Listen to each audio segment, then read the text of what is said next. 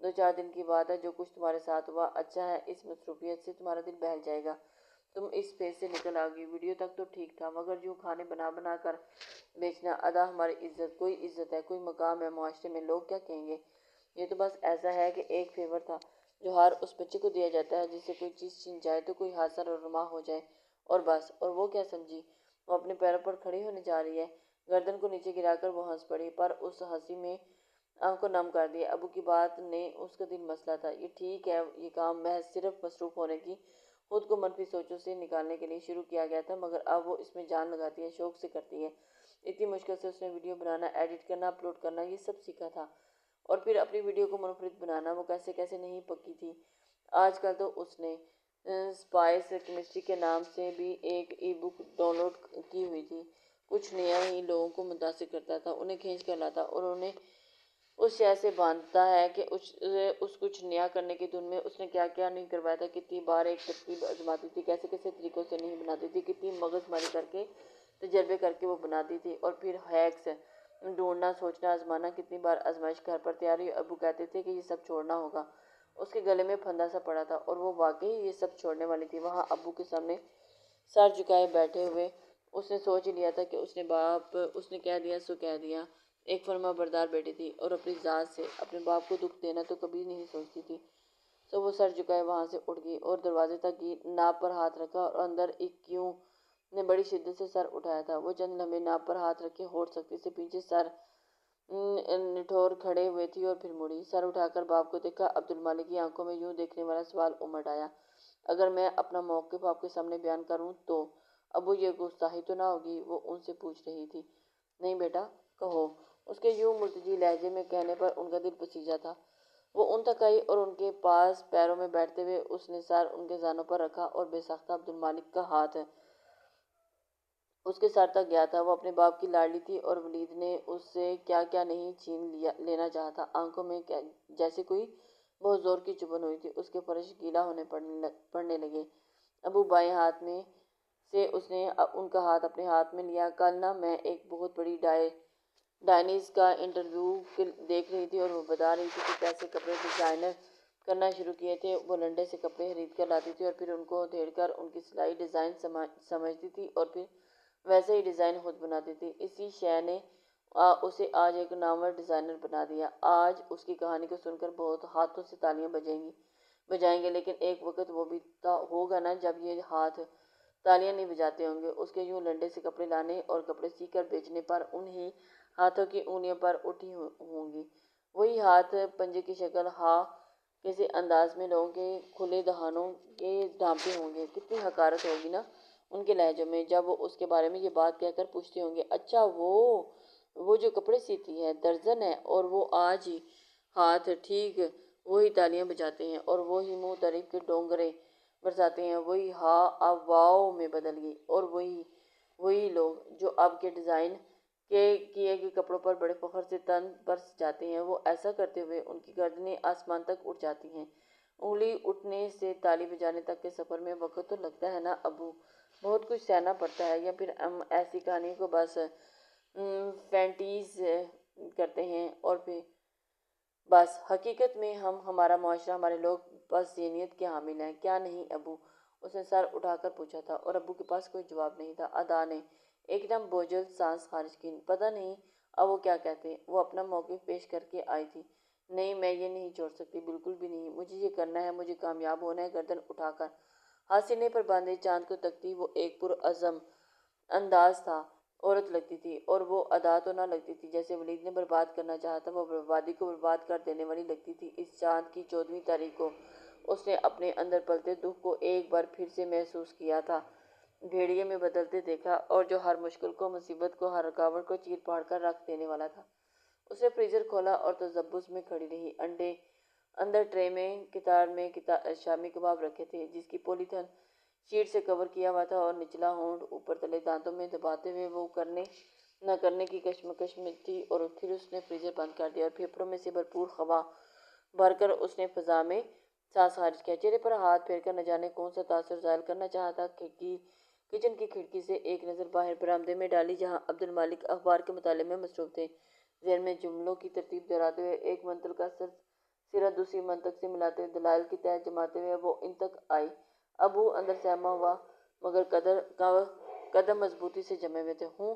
انہوں نے ایک نظر اخبار سے اٹھا کر اسے دیکھا اور پھر اخبار میں گم ہو گئے۔ اس انداز پر اس کے کندھے ڈھلک سے گئے تھے۔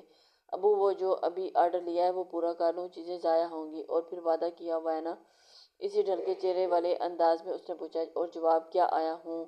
کیا ہوں؟ وہ جھنجھلا گئی۔ کر لو۔ انہوں نے ایک نظر اسے دیکھا اور ایک دم پیچھے ہٹی۔ اپنا وعدہ پورا کروں کہہ کر وہ اخبار پر نظریں اخبار پر اس نے منہ کھولا اور کچھ کہنا چاہا۔ کم بخت آنسوں نے اس کا گلا بند کر دیا اور ہونٹ پچھلے وہ مڑ گئی۔ ادا اس کی حرکت کرتے قدم تھمے، انگلی اٹھاتے تالی بجنے تک کے سفر میں تمہارے ساتھ ہوں۔ اس کی سماعتوں سے کچھ سنا؟ کیا سنا؟ ہاں کیا سنا؟ اس کی ناک میں کوئی شے تیز مرچ کی طرح گھسی اور پورے جسم میں پھیل گئی اور اس کی سانس اوپر کو کھینچ کر رہ گئی تھی۔ بے ساختہ اس نے گردن موڑ کر باپ کو دیکھا اور اس نے اپنے منہ کو ہاتھ سے ڈھانپ کر اس کی سسکی روکی تھی۔ سسکی تو روکی پر آنسو بہہ پڑے۔ وہ بے آواز رو رہی تھی۔ ماں باپ سے بات کرنے کا ہنر آنا چاہیے۔ وہ نہیں مانتے؟ آپ کوشش جاری رکھیں، آرام سے، تمیز سے، فرمانبرداری سے، منطق سے۔ کوئی دن تو آئے گا جب بچے والدین یا والدین بچوں کی بات سمجھ جائیں گے۔ اتنا انتہا پسندی کے فیصلے پر پھر انتہا ہی لاتے ہیں۔ بربادی کی انتہا۔ جائیداد کا بٹوارا کرنے کے لیے کچھ پیچیدگیاں تھیں۔ بخت ان کا بھتیجا بھی تھا اور ان کی بیوی کا بیٹا بھی، سو اس لحاظ سے وہ قانونی اور مذہبی دونوں صورتحال جاننا چاہتے تھے۔ یہی وجہ تھی کہ قاضی صاحب کے دفتر کے چکر کچھ بڑھ گئے تھے۔ کبھی بخت ان کے ساتھ ہوتا تو کبھی قاضی صاحب گھر چلے آتے اور کبھی بس قاضی صاحب اور عبدالرزاق ہی ہوتے۔ اسی دوران عبدالرزاق صاحب نے قاضی صاحب کی بیٹی مبشرہ کو بھی دیکھا تھا۔ اچھی بچی تھی، انہیں پسند آئی تھی۔ اس دن وہ بخت صاحب جب قاضی صاحب دفتر میں داخل ہوئے تو وہ وہاں جا رہی تھی۔ ذرا رک کر اس نے حال احوال پوچھا اور پھر بیگ کا اسٹرپ کندھے پر چڑھائے وہ بڑی اجلت میں نکلی۔ قاضی صاحب ماشاءاللہ آپ کی بیٹی بھی لا پڑھ رہی ہے۔ بخت نے ان کے لیے کرسی کی سیٹی اور عبدالرزاق بیٹھے تھے اور ہاں جی بس مکمل ہونے کو ہے اس کی اسٹڈیز، بس جیسے اسٹڈیز مکمل ہوگی میں نے اس کی رخصتی کر دینی ہے۔ رخصتی؟ عبدالرزاق چونکی۔ بخت اگر چونکا بھی تھا تو ظاہر نہ ہونے دیا۔ جی عبدالرزاق صاحب بچپن میں ہی نکاح ہوا ہے مبشرہ کا، اور پھر اس کے اپنے تایا کے بیٹے کے ساتھ۔ بس اب جو پریکٹس کرنی ہوگی شادی کے بعد ہی کرے گی۔ کہتے ہوئے قاضی صاحب نے متعلقہ فائل کھولی اور اب جو عبدالرزاق کو بڑے زور سے ہنسی آئی تھی وہ ہنسے تو نہیں، بس مسکرا کر بخت کو دیکھا اور بخت یوں پوز کیا جیسے کندھے اچکا کر کہتا واٹ؟ اور پھر جب تھوڑی دیر کے بعد قاضی صاحب اپنے کسی فون پر بزی ہوئے تو عبدالرزاق اس کی جانب جھک کر رازداری سے بولے، لے بھائی ادھر تو سر منڈاتے ہی اولے پڑ گئے۔ وہ بھی ایسی رازداری برتتے ہوئے بولا، کوئی نہیں بابا، پیوستہ رہ شجر سے امیدیں باہر رکھ۔ وہ سیدھا ہوئے اسے دیکھا اور بولے، اللہ میرے دل کی مراد پوری کرے، جا تجھے ساری ایسی ہی نکاح شدہ لڑکیاں ملیں۔ اور وہ بے ساختہ ہنس دیے۔ السلام علیکم مس ادا عبدالمالک بات کر رہی ہیں؟ اس کے ہیلو جواب میں پوچھا گیا۔ جی بات کر رہی ہوں، میں بخت ٹریول اینڈ ٹور سے بات کر رہا ہوں۔ بخت عبدالرحمن صاحب کا مینیجر ہوں۔ میم ہمیں ایک آرڈر بک کروانا ہے۔ اور ادا کے تو مانو سر پر لگی اور تلووں پر بھی نہ بچھی، غضب کا تیش چڑھا تھا اسے۔ میں معذرت خواہ ہوں، آپ کا آرڈر بک نہیں کر سکتی، اس بات سے اپنے سی او صاحب کو ضرور مطلع کیجیے گا، خدا حافظ۔ دنا کر کہتے ہوئے اس نے فون بند کر دیا۔ میرے خدا، اس شخص کے تو دیدوں کا پانی ہی مر گیا، خود سے تو نہیں کہہ سکتا تھا مجھے یوں اب آفیشلی اپروچ کرے گا۔ مجھے انگریزی کی اولاد نہ ہو تو فیملی میں نہیں رہا نا، تو اسے Hey محبت there, کرنے کے خاندان والوں سے بہتر subscribe ہوتا to ہے my کہ channel cold and blood also press this bell تھک icon. سنیک۔ اور اس نے عرصے کے بعد اسی لقب سے مخاطب کیا تھا۔ مانا کہ ہمارے درمیان اب کچھ نہیں ہے، مگر بخت عبدالرحمن تم میرے ایک تایا کے بیٹے ہو، دوسرے تایا کی آنکھوں کی ٹھنڈک ہو، اسی ناطے سے ہم ایک ہی بلڈ لائن شیئر کرتے ہیں، اور ایک بیٹا دیکھنا تو صحیح، یہ بات تمہیں کتنی اچھی طرح سے میں سمجھاتی ہوں۔ تیش تھا کہ کم نہیں دے رہا تھا۔ لو آپ ذرا ٹرائل تو ملاحظہ کرو۔ دانت پیس کر کہتے ہوئے اس نے دور پھینکے جانے والے فون اٹھایا اور تایا کو کال ملانے لگی، اور اس رویے کو تو مانو دل پہ چوٹ لگی تھی۔ اور اب ایسا بھی کیا ہم تم سے شناسائی بھی گئی، میں کوئی ایکس وائی زی تھی کیا؟ ادا نے سوچا، آپ کا بیٹا بہت بڑا آدمی ہو گیا نا تایا ابو؟ کال پک ہوتے ہی وہ یوں بھڑکتے ہوئے عبدالرزاق بوکھلائے تھے۔ کیا ہوا بیٹی؟ وہ پریشان ہو کر بولے تھے۔ اور نمک مرچ کے ساتھ مسالہ کس تناسب سے لگایا جاتا تھا وہ بڑے اچھے سے جانتی تھی، ذائقہ گھول دیتی تھی، کیا کھانے میں کیا بات میں۔ جب اس نے فون بند کیا، ہاں سوچ کر دل پر ہی ٹھنڈی ٹھنڈی پھوار پڑ گئی تھی۔ وہ بڑے شاہانہ انداز میں کرسی پر ٹیک لگا کر ٹانگ پر ٹانگ رکھ کر بیٹھی تھی۔ اور بچوں مجھے تم نے غلط جج کیا، چلو آج میرے اور ایک ٹیلنگ کی خبر ہوگی۔ یہ سوچ کر وہ بڑے زور سے ہنسی تھی۔ تارا اس کے کمرے کے باہر سے گزری اور جو ہنستا دیکھ کر ذرا پیچھے ہو کر رکی۔ میں آپ بھی یوں اکیلے اکیلے تو پاگل ہنستے ہیں نہیں؟ وہ سخت تعجب کا شکار تھی۔ ادا ہنستے ہوئے اسے ہاتھ کے